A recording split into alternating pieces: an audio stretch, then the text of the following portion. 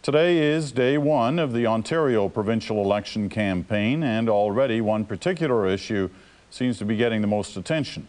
It's an issue that everybody seems to have an opinion on, one that involves children and gets right down to core beliefs. The CBC's Ron Charles explains. Laden Osman wants her children to receive a Muslim education, something she knows they cannot get in a public school. If I send them to the public, then they're lacking, my religion and their background. And so Osman pays tuition to send her children to the Islamic School of Hamilton. They are among 53,000 students in Ontario attending private, religion-based schools. Schools that are now a flashpoint in Ontario's provincial election campaign. That's because Conservative leader John Tory wants to extend full public funding to religious schools as long as they use the provincial curriculum. Full or partial funding is already offered in 6 other provinces. But at one point, Tory suggested the provincial curriculum could change to allow religious schools to teach creationism. They teach evolution in the Ontario curriculum, but they also could teach the fact to the children that there are other theories. A few hours later, Tory was trying to clarify his comments.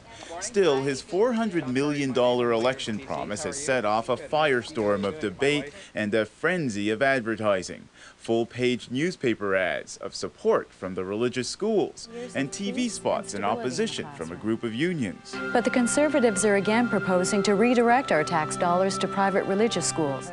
This multicultural, multi-faith group has come together to oppose funding for religious schools. I don't want my daughter to be among certain groups and certain colors and not to know about any other children.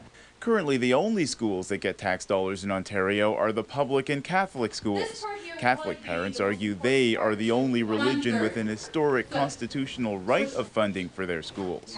But now, even they are getting caught up in the debate as it spills onto the airwaves of radio call-in shows. Is not why shouldn't other faiths have funding, but why should Catholics still? This private Protestant religious school in a Toronto suburb has operated for almost 50 years. Its supporters point to Ontario's separate Catholic system to argue that public schools aren't the only way to go. There's been a mythology built up over the years that public education is the only way to create good citizens, and that's just absolutely not true.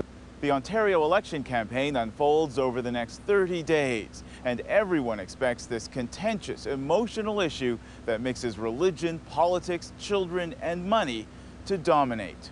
Ron Charles, CBC News, Toronto.